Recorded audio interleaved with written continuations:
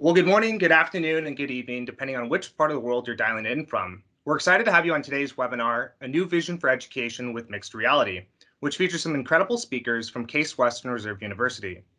In this session, you'll learn about how our friends at Case Western Reserve are using Microsoft technologies to transform the way that students and faculty teach and learn, even in the face of a pandemic. My name is Gene Blatchford. I'm a product marketing manager with our Mixed Reality team, and I'll be hosting today's webinar. Before diving into the rest of our speaker introductions, let's take a look at some of our session objectives.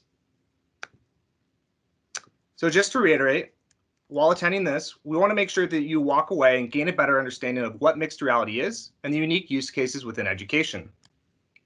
We also want to make sure that you hear from your peers within Case Western Reserve University about how they've leveraged mixed reality to transform their student learning experiences. And finally, we also want to make sure that you're able to identify opportunities you have to enable these capabilities within your school or institution quickly on your own. Finally, I'd just like to add that we really want this to be more of a conversation versus a presentation. So please feel free to add questions into the chat panel at any point in time. So just a quick overview of the agenda we'll cover today. We'll just wrap up with introductions here in just a moment. I'm going to take us through a quick Mixed Reality 101 overview.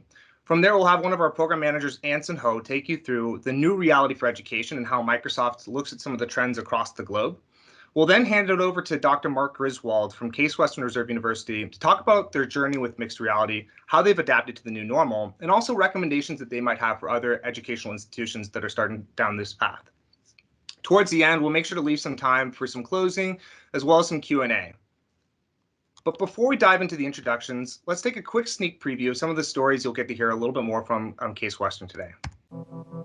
I'm Ellen. I'm a first-year med student. I come from a radiology background. I am an associate professor of anatomy at Case Western Reserve University. At Case, we do a 2-week dissection right at the start of medical school, but there's a lot of things that you miss in dissection that there's just no way to figure out what's a small nerve that you probably cut through. So there are lots of advantages to using the HoloLens because we can see things that otherwise either the students would not be able to see or might destroy. The first time you put on a HoloLens, it's like color coordinated. You can see the layers, you can see the spatial awareness from like different angles. It really makes a lot of things more clear to be able to visualize the relationship between where things are situated and why is it important, which is really incredible for students. We did a trial back with our medical students. The students that had been in the HoloLens lab scored 50% better compared to the rest of the med school class. There's so much that can be done in this interactive way. If you can have a HoloLens, you can learn anatomy. You don't have to be in the room anymore. They're learning at the same level or better. They're doing it faster, and they're retaining knowledge better. We have unlimited options now on how to teach visually. It's kind of dream stuff as a teacher. I am a firm believer that it is the next big thing in education.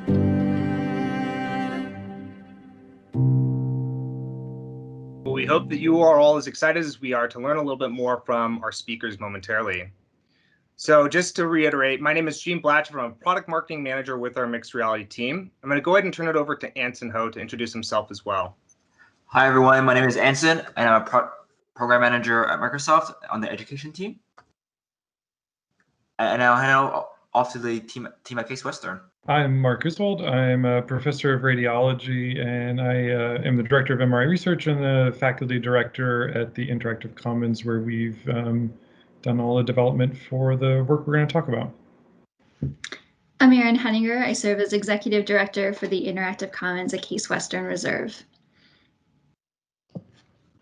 Hi, my name is Nancy Farrow, and I am Global Director of Sales for Holoanatomy at Case Western Reserve University.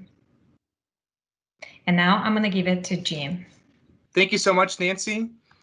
So with that, I think I'll start with just a quick level setting on Mixed Reality 101. I love to always start just kind of with this aspirational quote from our CEO, Satya Nadella, which is, if you change the way you see the world, you can change the world you see. I think it really kind of sets the foundation and level setting of what we think about the power and the vision behind mixed reality. We made 3 large transformational technology bets, inclusive of AI, quantum computing, and mixed reality. And mixed reality really kind of sets the stage for how we compute, how we change the way we compute and really interpret the space and the environment around us. But first, it's probably helpful just to start with what is mixed reality. We think about the worlds that we live in as 2 different worlds. There's a physical world and a digital world. Mixed reality exists as what we call a spectrum between those 2 worlds.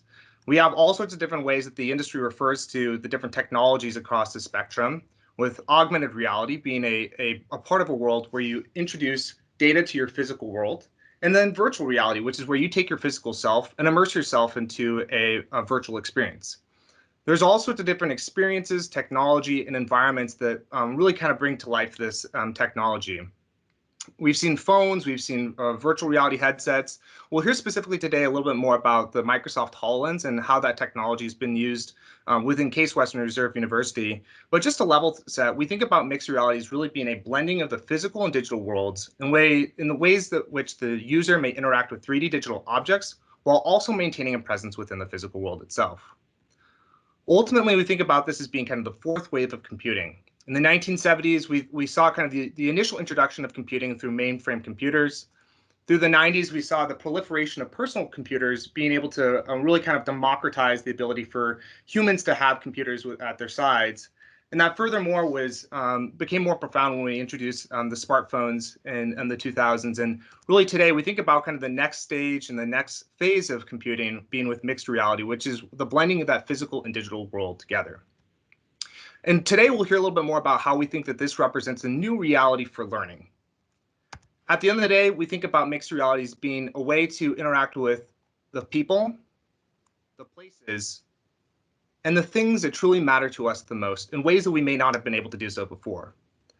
So perhaps just to wrap up, before I hand it back to Anson, we think about why mixed realities being, 1, a way to create, collaborate, and learn in new ways, which is truly important for students and educators, especially in this time. We see this as a way to increase efficiencies and quality.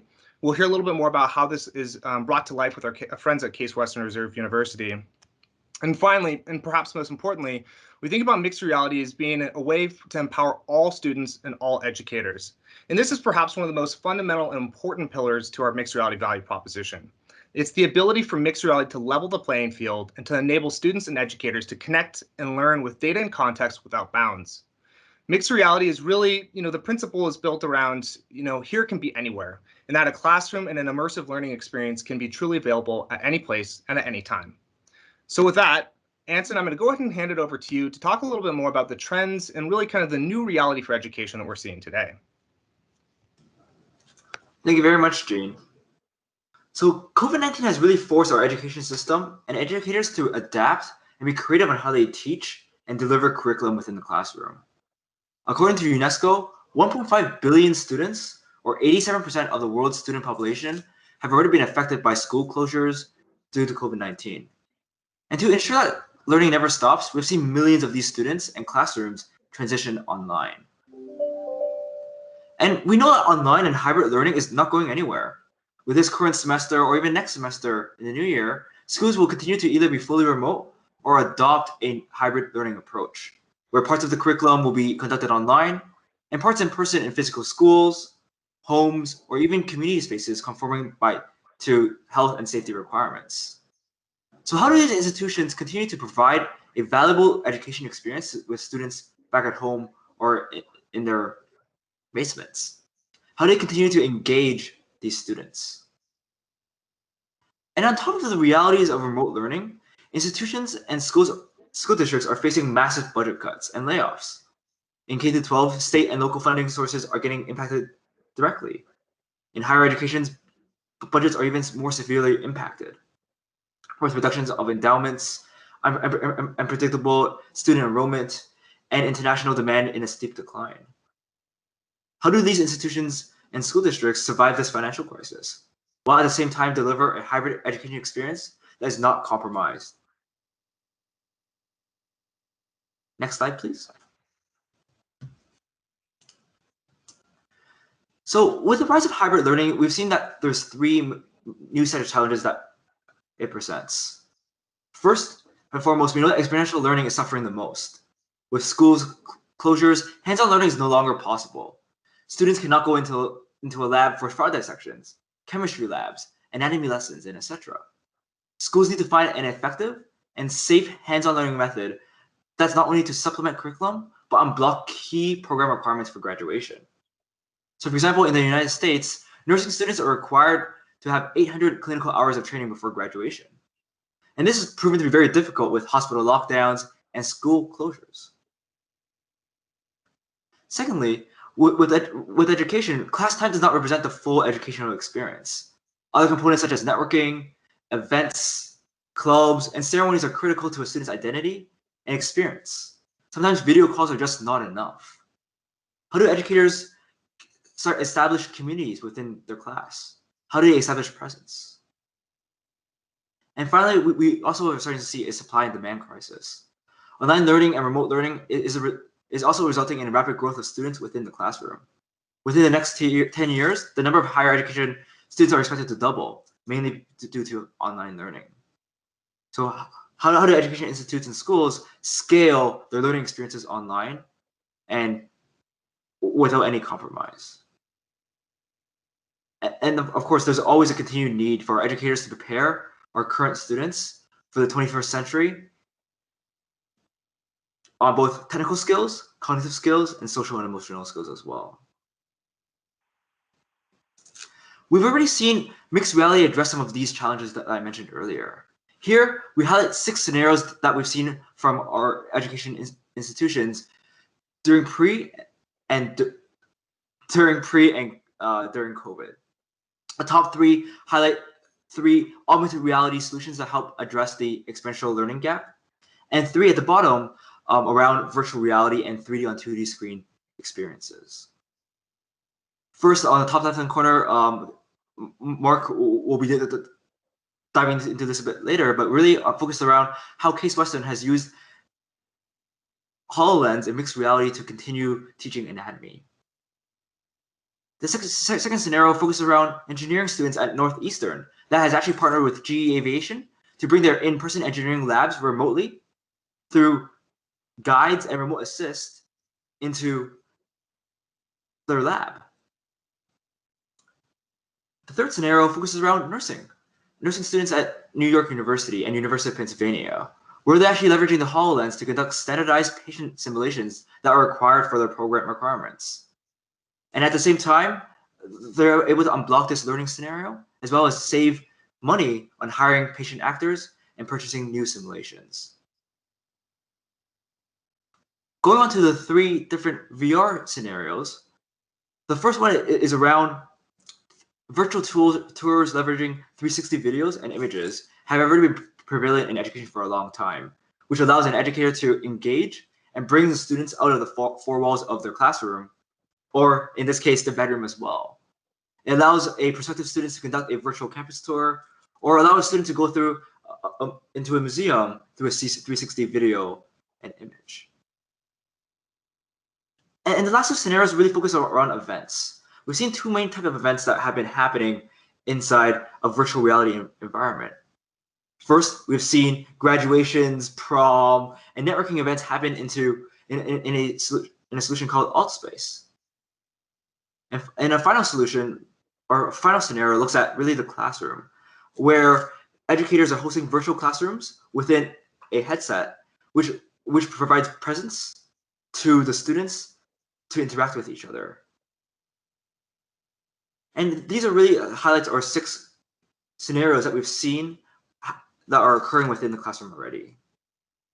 I'm going to hand it over to our friends at Case Western to dive more deeply into how they've used HoloLens to address some of the learning challenges during COVID. It's really great to be here to be able to tell our story today. Our story really starts back in about 2014 when Aaron and I were asked to be part of a team to figure out a way to teach anatomy completely digital. And this was for our new health education campus that we were building with Cleveland Clinic.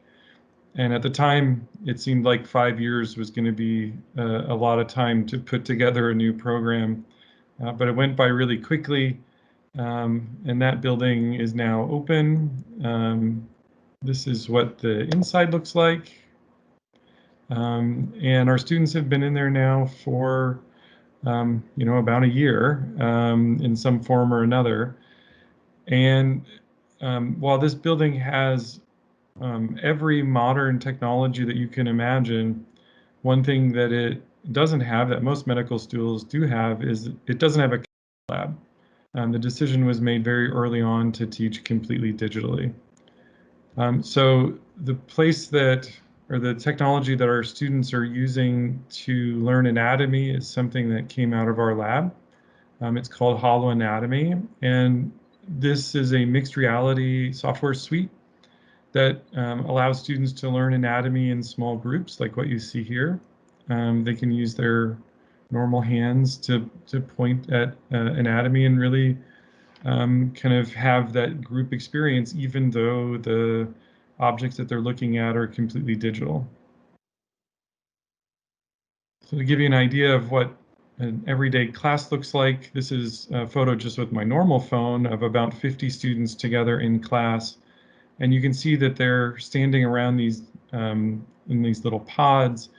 And even though we can't see it with our regular camera, they actually have the anatomical models in front of them that they're using to learn their structures.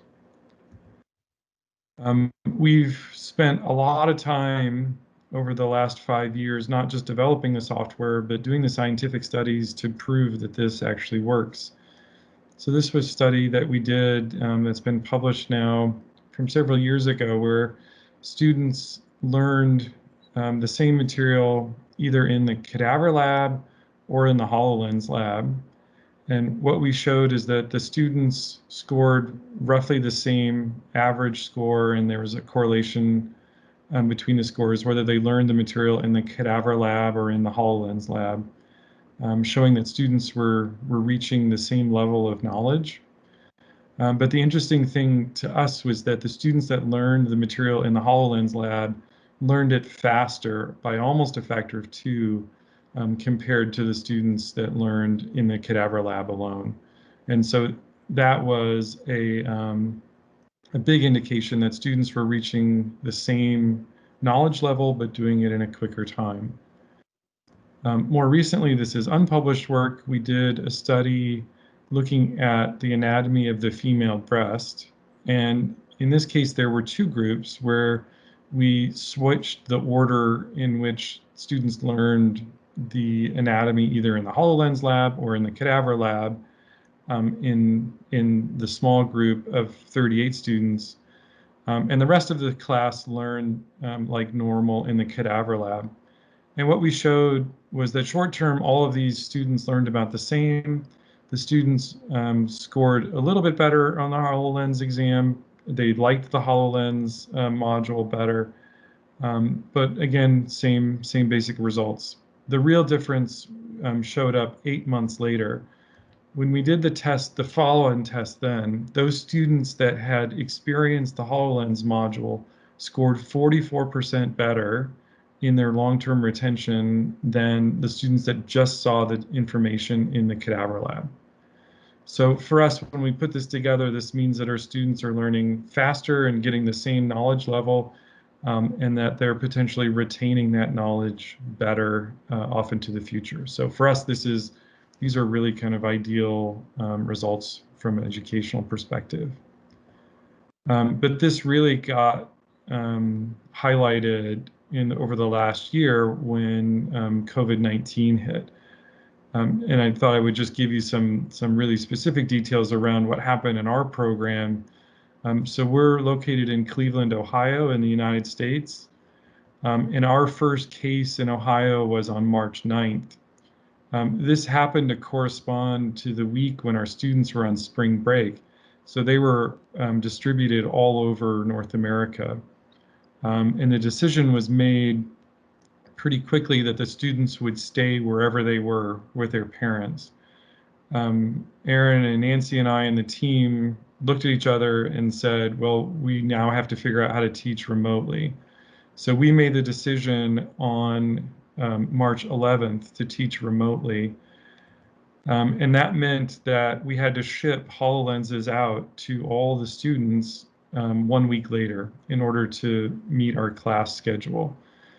So during that time, we'll have some photos. We organized the shipping of 185 HoloLenses to all of our first-year medical students.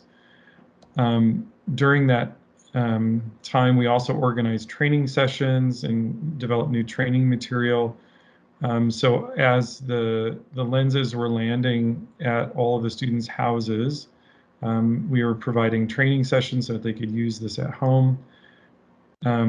And it was in the end, pretty good timing because the governor of Ohio issued a stay-at-home order on March 22nd, which meant that all of our medical students across all of our medical schools had to shut down.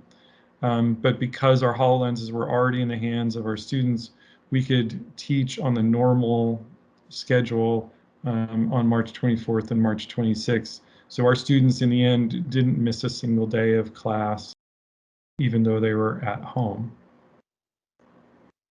Just to give you an idea what that looked like, this was the chaos of our team cleaning and shipping out 185 lenses, reinstalling new software, and trying to do the best that we could to sterilize all of them before they went out. We used a combination of alcohol and UVC light to do that. And these are some of the photos. So this is the stack of 185 HoloLenses right before we shipped it out.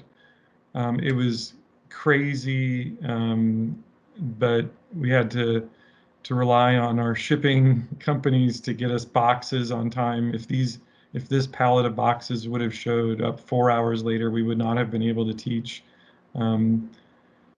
Then Aaron and I packed these up and shipped them out, but then our students were able to teach. And I want to highlight that this teaching happened remotely. Our teacher, Suish Baratz, our primary anatomist, was here in Cleveland, and our students were located all over the country.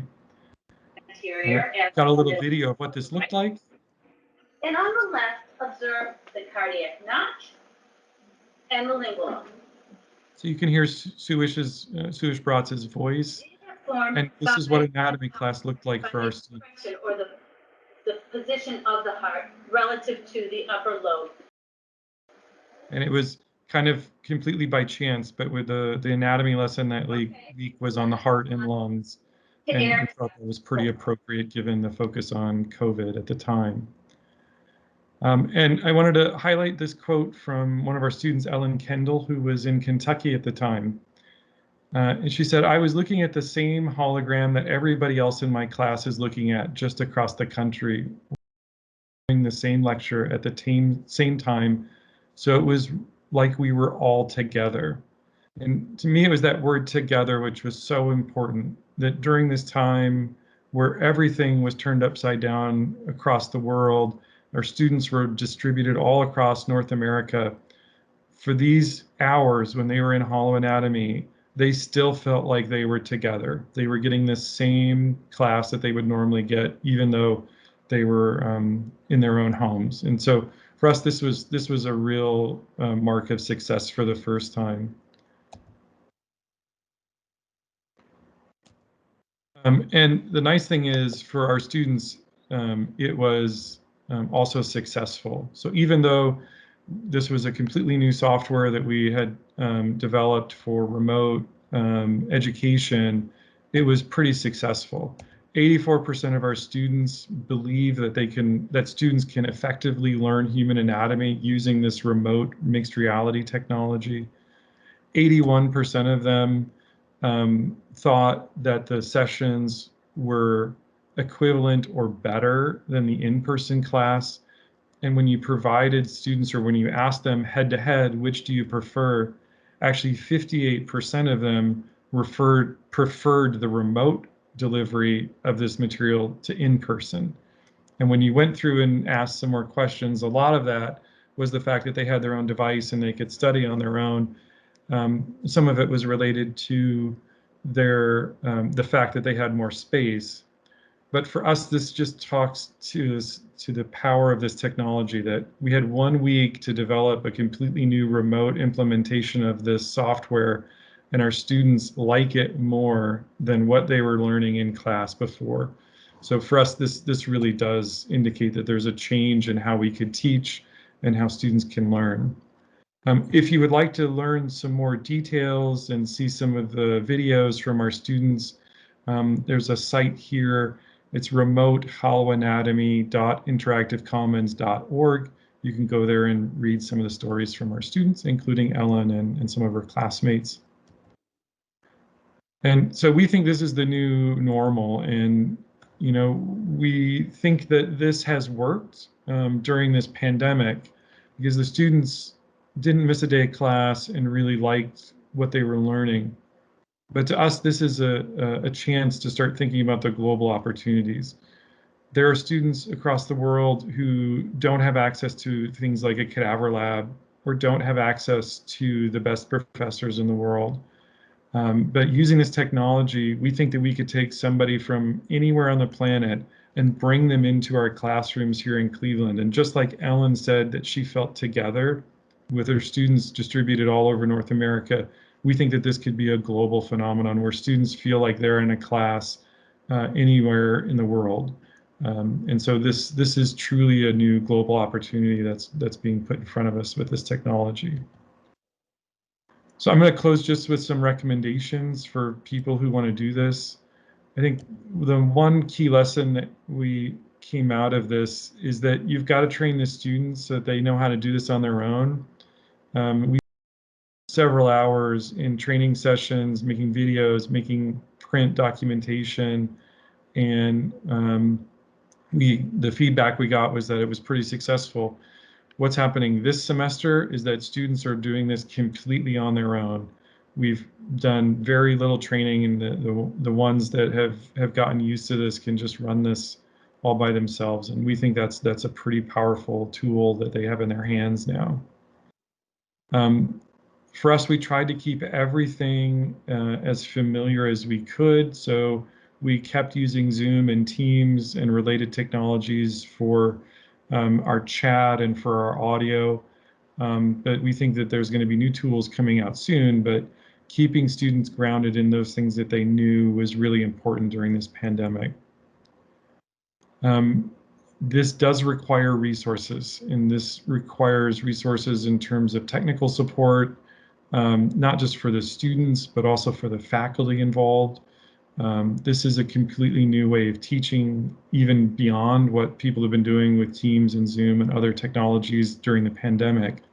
And so you need to provide some support for them. But what we've seen is that once we've gotten faculty and students over the hump, that this is just running on its own and has been pretty successful. You need to define those pathways as to how tech support is going to be addressed. For us, a lot of this happens over chat, but we also have some dedicated communication channels as well. And then last but not least, remember that you're a team. I cannot tell you the number of times that we've had to take advantage of this, where we've got technical experts, we've got our IT experts, and we've got our teaching and learning experts, including our faculty. And the more that you can bring everybody together and really define what's important and define a path to get there, the more successful you're going to be. And I'm really, really proud of the team that we've established here. I think I'm super proud of our partnership with Microsoft. I will tell you that their connections during this time were invaluable. And so I just want to take this opportunity to thank all the people who helped and supported us through this crazy time. And with that, I think I'll hand it back over to Gene. All right. Well, thank you so much, Dr. Griswold and the entire Case Western Reserve team. It was wonderful to hear your story, and we're just so optimistic and excited for the journey ahead and what we believe that we'll be able to accomplish with mixed reality and education. So I'm going to wrap here with a few kind of next steps, and then we'll leave some time here for Q&A. But just a couple things top of mind. If you wanted to hear more about the Case Western Reserve University story, Dr. Griswold provided a link. I've also shared another link here as well too, just to kind of hear about their journey and learn more about kind of the steps they took along the way. I also want to share, if you're interested in learning about the Microsoft HoloLens or, getting started, we have methods and partners who can rent devices. And also we have a new developer SKU if you're learning, interested in learning about how to build a new application on the device. There's all sorts of different resources and an entire partner ecosystem to help you get started with, building mixed reality applications. So really want to encourage you all to take the next step if you're just getting started today.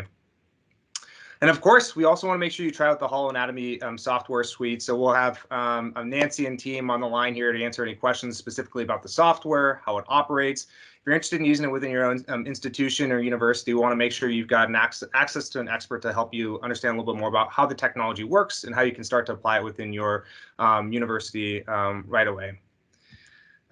We also have a number of different mixed reality partners, as mentioned earlier, that specialize in providing envisioning sessions. If you're not really sure where to get started or how to get started, Dr. Griswold alluded to the importance of being able to resource appropriately and making sure you've thought through all the steps of having all the materials and applications ready to go. And so an envisioning workshop might be a really good place to get started and to think through kind of what my first step could be.